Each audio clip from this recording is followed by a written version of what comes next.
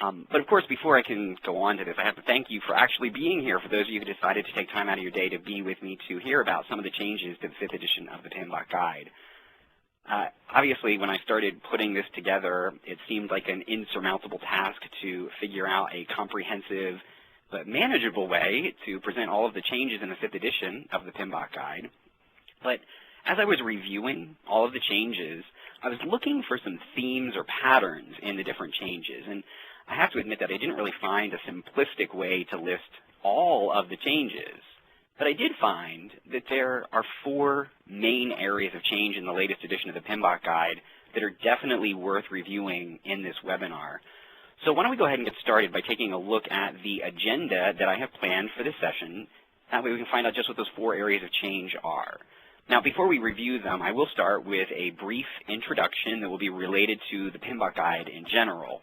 But then we are going to take a close look at each of these 4 areas of change. The first one is going to be the new edition's project management processes. The second will be the new edition's increased focus on stakeholders. The third area will be the DIKW model, or the Data, Information, Knowledge, Wisdom model.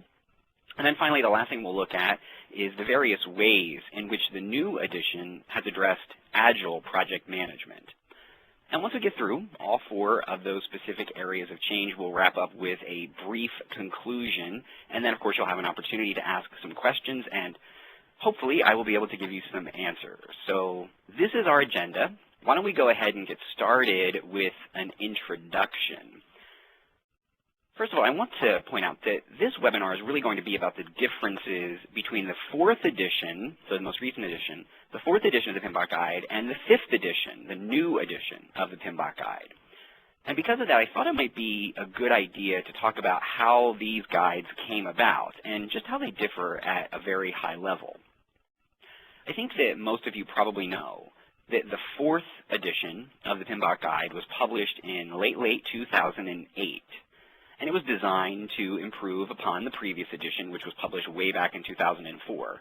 And I have to say, it was definitely an improvement. The processes were tightened up a bit to go from 44 to 42. There was also quite a bit of clarification regarding the differences between what is found in the project management plan versus what is considered a project document. There was also additional clarification about the differences between the project charter and the project scope statement. Finally, the earned value management calculations were modified to include some of the elements from the practice standard for earned value management, including the 2 Complete Performance Index, or TCPI. And there were many, many other changes, but our focus today is on the changes from the 4th edition to the 5th edition, which actually happened very, very late in 2012. It was kind of like a Christmas gift from PMI. Harmony and parsimony are 2 key terms to keep in mind when it comes to the changes in the 5th edition of the PMBOK Guide. This new edition includes an effort to ensure harmonization with other relevant PMI standards. Moreover, this new edition includes a parsimonious or simplified approach to what may have been heretofore complicated. As such, I tried to keep these 2 things in mind as I put together this presentation. So as I mentioned, there are 4 main areas of change that I'm using to group the harmonious and parsimonious changes in the 5th edition. But please keep in mind that there are many other changes throughout the 5th edition of the PMBOK Guide that we just will not get to today. However, I might consider conducting a future webinar on some of those topics. But for now, we'll stay focused on the 4 main areas of change that I mentioned in our agenda. So why don't we go ahead and get started with that first area of change. As I mentioned to you when reviewing the agenda, the first topic that I want to cover relates to all of the project management processes that can be found in the new edition of the PMBOK Guide. So I thought it would be good if we could start with a bit of a review of some things that you should hopefully already know. I think you will all be glad to hear that PMI has not changed the process groups. There are still 5 process groups, and as you know, they are initiating, planning, executing, monitoring and controlling, and closing. So good news, no changes to the process groups. Why don't we talk about the knowledge areas? These have changed. but only just a bit. There are now 10 knowledge areas instead of the previous 9. So here they are: integration management, scope management, time management, cost management, quality management, human resource management, communications management, risk management, procurement management, and here is our new knowledge area, stakeholder management. And we will be talking about this new knowledge area in the second part of today's webinar. And even though there is a new knowledge area, the basic relationship between process groups and knowledge areas has not changed. As I'm sure you all know, when you intersect the process groups and the knowledge areas, you get processes.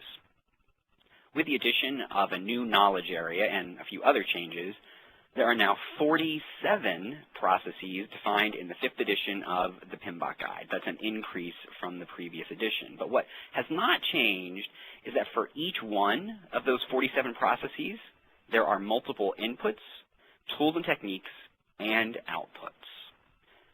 So how did we get to these 47 processes? Okay, there used to be 42 of them in the 4th edition, but now there are 47. Let's see how that actually happened. 5 processes were added. So there you go.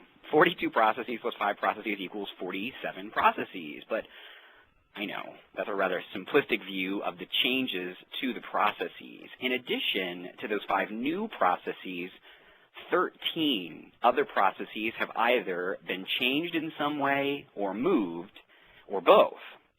So now, let's go ahead and take a look at all 47 processes in each of the process groups and their knowledge areas. And we'll actually start with project integration management. As you can see on this slide, there haven't been too many changes here. There are still 6 processes. In the initiating process group, you must still develop the project charter. In the planning process group, you must still develop the project management plan. In the executing process group, we see our first minor change. The direct and manage project execution process has been renamed to direct and manage project work so that the process better aligns with its definition and to reinforce that this process applies beyond the executing process group. In the monitoring and controlling process group, we still have 2 processes: monitor and control project work and perform integrated change control.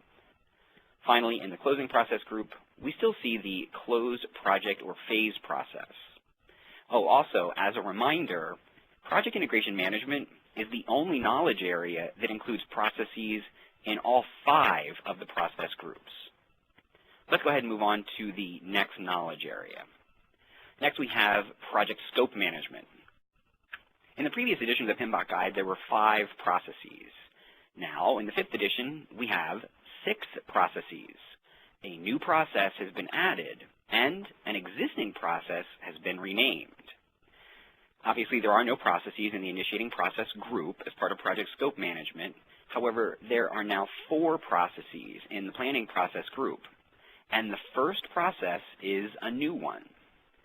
Plan scope management has been added to the 5th edition to ensure consistency across all of the planning processes and to reinforce that subsidiary plans of the overall project management plan are developed to plan the details of each knowledge area. Of course, I am sure that this comes as no surprise to any of you on this webinar because we've always had to create a scope management plan. It's just that now this activity has its own process. The remaining 3 planning processes haven't changed: collect requirements, define scope, and create WBS or work breakdown structure. Also, there are still no processes in the executing process group as part of project scope management, and there are still 2 processes in the monitoring and controlling process group, but the first one has changed just a bit. Validate scope used to be known as verify scope, but it has been renamed to